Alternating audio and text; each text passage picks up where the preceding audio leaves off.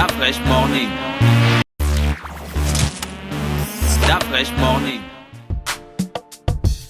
Vous êtes sur les 104.5 Urban FM, on est avec Marjorie Mambo. Marjorie, bonjour. Bonjour Dafresh. Comment tu vas ce matin? Ça va, merci. Qu'est-ce qui se passe à l'Institut français? Du côté de l'Institut français, on a commencé le mois de mai avec pas mal d'activités.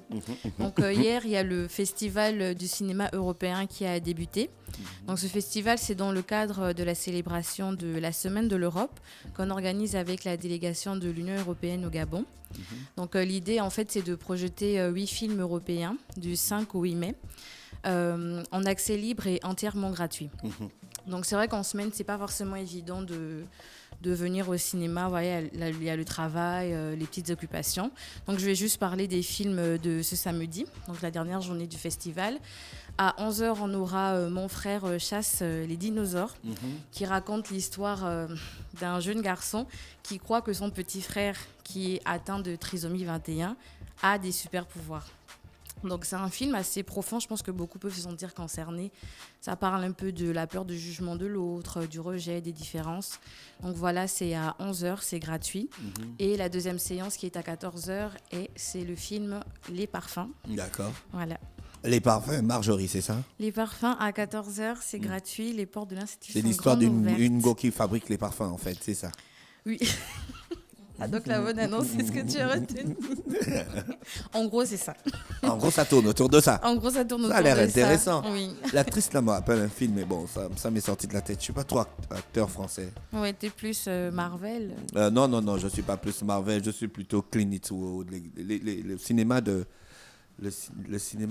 d'écriture. Acteur français, je D'accord. suis Christian Clavier. Hein. Ouais, Christian Clavier, Alain Chabat, Oui, il est Christian Clavier, pour moi, c'est Thomas le Nji meilleur. John. Thomas Nji Faut John. mettre un film de Christian Clavier aussi là-bas, s'il te plaît.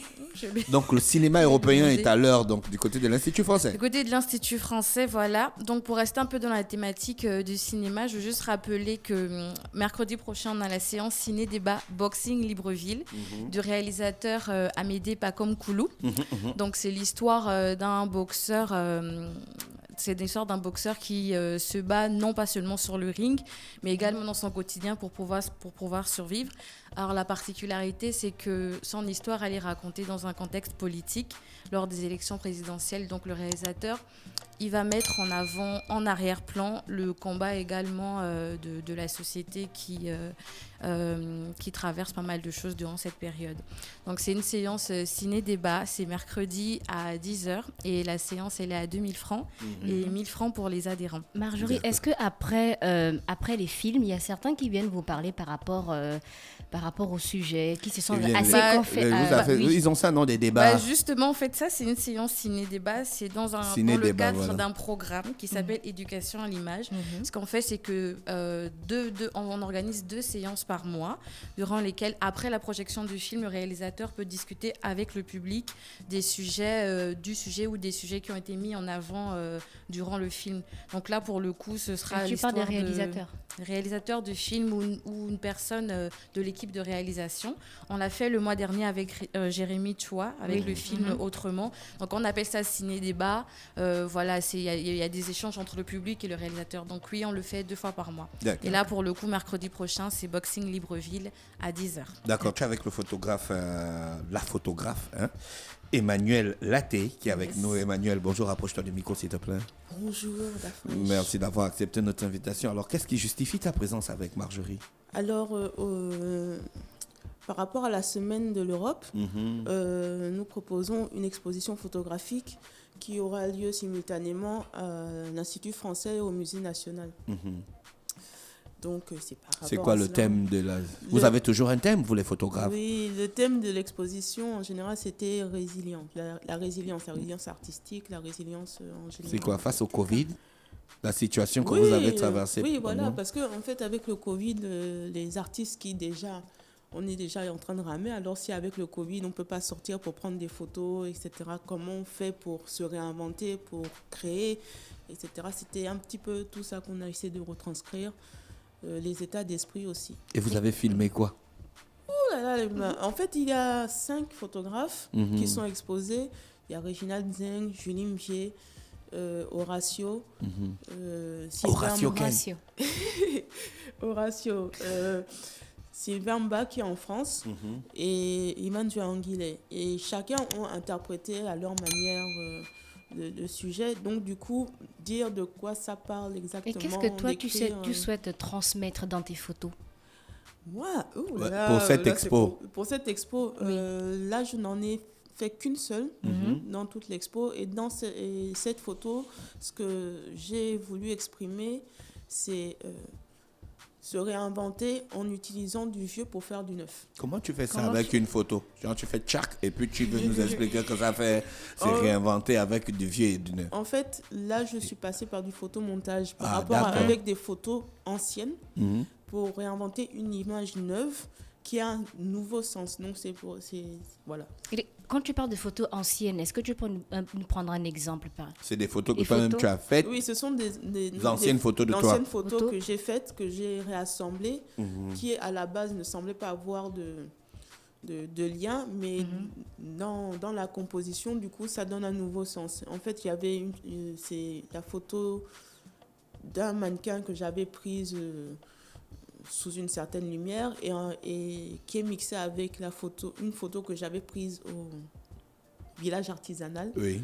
Et du coup, quand on regarde l'image, c'est comme si elle regardait les côtés rituels, le côté ancestral, alors qu'elle-même, elle est d'un côté un peu plus actuel. D'accord, Donc, ok. Donc l'exposition est disponible à la fois à l'Institut français et au Musée national. Oui. Ça commence quand, ça termine quand? Ça a commencé lundi et ça termine à la fin du mois. C'est gratuit? C'est gratuit, l'accès est complètement gratuit. Et si les gens veulent acheter les photos, c'est possible?